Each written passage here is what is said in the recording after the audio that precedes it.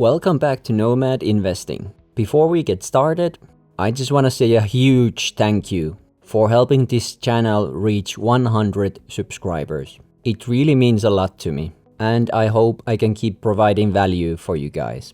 I still feel like I'm figuring things out, so if you have any suggestions, drop them in the comments. Thank you. Now let's move on to the video. Meta, the company behind Facebook, Instagram and WhatsApp.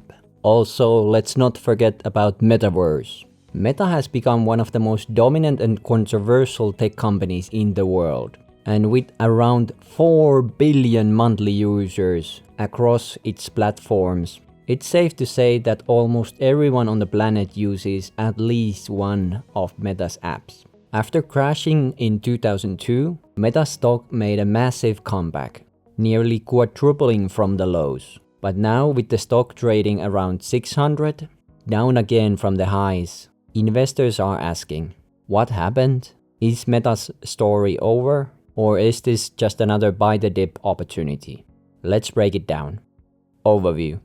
Meta Platforms, ticker META, was founded by Mark Zuckerberg back in 2004. And since then, it's become a digital empire connecting billions of people worldwide. The company operates through two main business segments. Family of apps, including Facebook, Instagram, Messenger and WhatsApp, which together generate over 97% of Meta's total revenue through advertising. And then there's Reality Labs, Meta's long-term bet on virtual and augmented reality, which includes VR headset like Quest and the Metaverse ecosystem.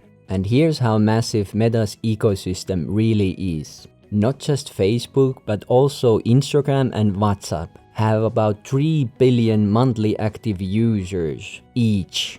And Messenger adds another 1 billion plus on top of that, with total users across the platform being around 4 billion. That's almost half of the world connected through Meta's platforms.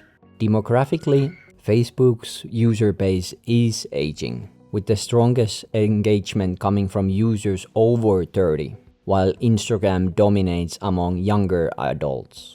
WhatsApp's strength is in emerging markets, especially India, Brazil, and parts of Africa, while Messenger and Instagram remain key in North America and Europe. Personally, I don't use Facebook anymore, but I use WhatsApp and Instagram daily. Meta has become a global communications utility with scale and data advantages that are nearly impossible to replicate. Financials. Now let's look at the numbers. Meta has a forward EPS of roughly $26 and a forward PE ratio of roughly 24. Which is surprisingly reasonable for a company growing this fast and a margins above 40. Meta also introduced a dividend of around $2 per share, giving it a forward yield of around 0.3%. Short interest is extremely low at around 1%, showing that investors are still largely confident in the company, and a market cap of around 1.6 trillion. EPS have surged from just few cents in 2012 to over 28 TTM today, an incredible long-term compounding story. Revenues per share has climbed from roughly $2.5 in 2012 to nearly 70 today, showing consistent double-digit annual growth. Operating margins sit around 44% and profit margin nearly 40%. Which are among the best in big tech. Meta also has a fortress balance sheet, with 36 billion in working capital, 195 billion in total equity, and only 12 billion in long-term debt. That's extremely conservative compared to most tech peers. Cash flow remains strong, with free cash flow per share nearly $20 and still rising. In short, Meta is still a cash printing machine, with world-class profitability, low debt, and management team that learned discipline after the Metaverse splurge. But recently, the stock has been under pressure again as Meta ramps up massive spending on AI infrastructure. Zuckerberg has promised huge investments in compute power and data centers, and while the potential is exciting, investors haven't yet seen clear proof in the numbers that these billions will translate into profits. Future. Meta's future depends on three big bets: AI, advertising, and virtual reality. All of these three could reshape the company again. First, AI. Zuckerberg has gone all in, saying it's the right strategy to aggressively front-load capacity, so we are prepared for the most optimistic cases. The company is spending tens of billions on AI data centers and hardware, training its llama models and integrating AI into every product. They also created a section inside Meta called Superintelligence Labs, but the results haven't yet shown up in the financial numbers. Ad performance is improving thanks to AI-driven targeting, but investors are still waiting for a clear return on these massive infrastructure investments. Zuckerberg said, "It's pretty early, but I think we're seeing the returns in core businesses." I think the main risk for Meta is overspending on AI before seeing tangible payoffs, just like Zuckerberg did with Metaverse. Second, we have advertising, still the company's profit engine.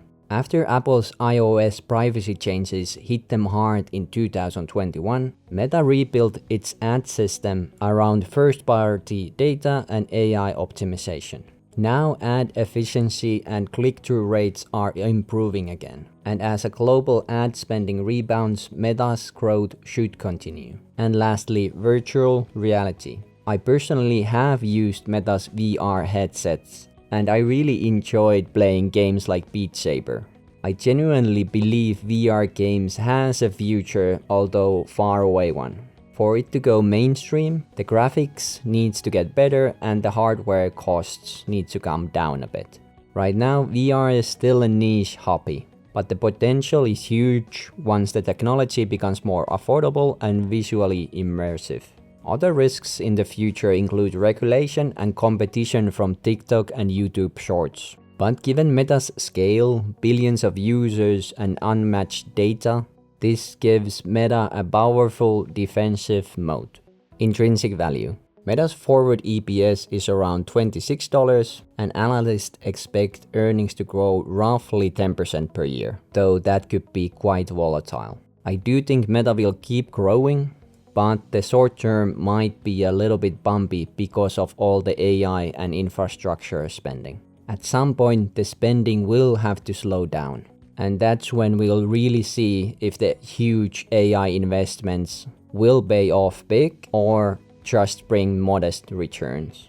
To make that money back, those new data centers and chips, which might only stay cutting edge for 5 years, due to heavy usage and fast-moving technology. The buildings themselves will last much longer, of course, but the chips won't. And like any normal company, Meta, or at least Meta investors, would also like to actually earn back the money Meta spends. In order for this to happen, Meta would need to generate something like 20% annual returns on its AI spending.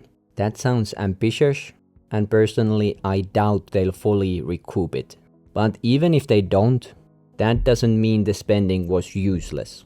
It still keeps Meta competitive in the AI race, and that is essential for long-term survival. So with that in mind, I'm estimating about 9% annual growth for the next 5 years, followed by a 6% for the next 5. And as always, I want at least 12% returns on my money. Meta's PE ratio has bounced between 13 and 35 over the years, with a median of around 26, and right now it trades near 24. Given its massive user base, strong moat and solid profitability, but moderate growth, I think a PE ratio of 22 is a reasonable long-term estimate. With these assumptions, I get an intrinsic value just under $600 per share, roughly where the stock trades today. That means Meta looks fairly valued, maybe slightly expensive considering its AI spending and growth outlook. Not a bargain, but not overpriced either.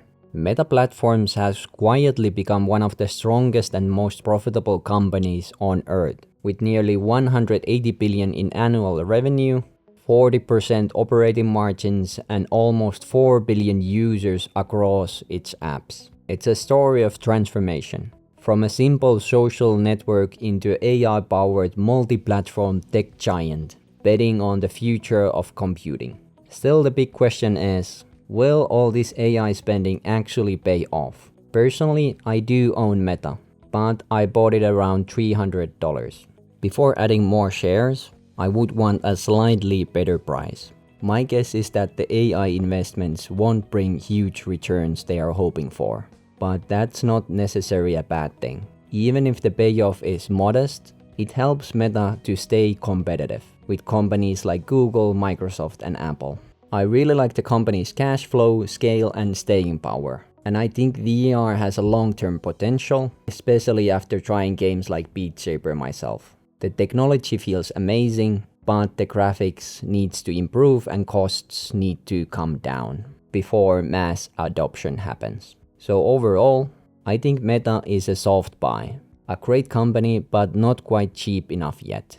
And of course, this isn't a financial advice. Always do your own research before investing. So what do you think? Is Meta still a long-term winner, or has it already peaked? Let me know in the comments, give this video a like and subscribe if you haven't already. And as always, do not lose money and safe travels. Bye bye.